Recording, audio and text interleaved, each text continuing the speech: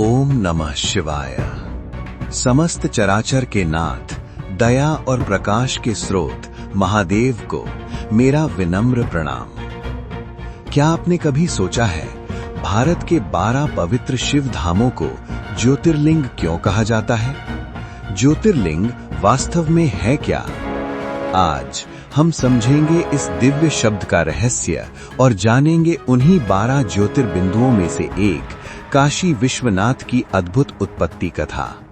ब्रह्मांड जब पूर्ण शून्य था, न ध्वनि, न दिशा, न जीवन, उसी निश्चल रिक्तता में सृष्टिकर्ता ब्रह्मा और पालनकर्ता विष्णु अपनी श्रेष्ठता को लेकर मतभेद में पड़ गए।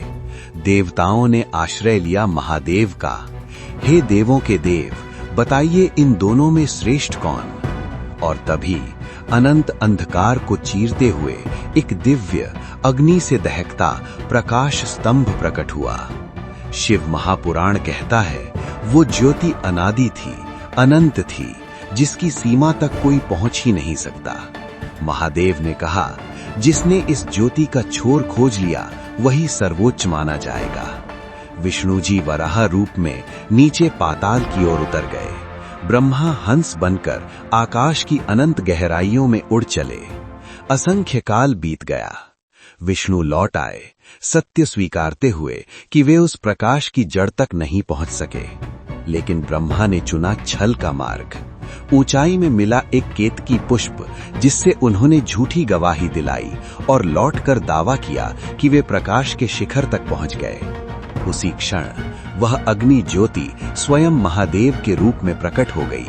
उन्होंने ब्रह्मा के असत्य और अहंकार को देखा, श्राप दिया, भूमि पर तुम्हारी पूजा नहीं होगी, और विष्णु की सत्य निष्ठा से प्रसन्न होकर आशीर्वाद दिया कि उनकी उपासना युगों युगों तक चलती रहेगी।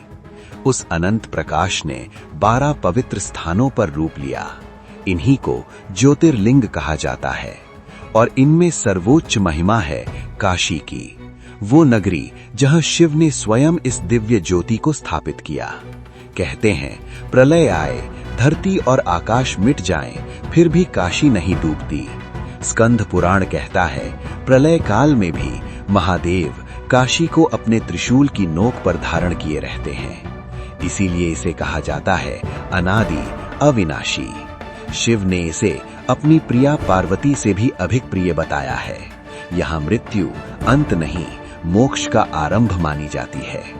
ओम नमः शिवाय।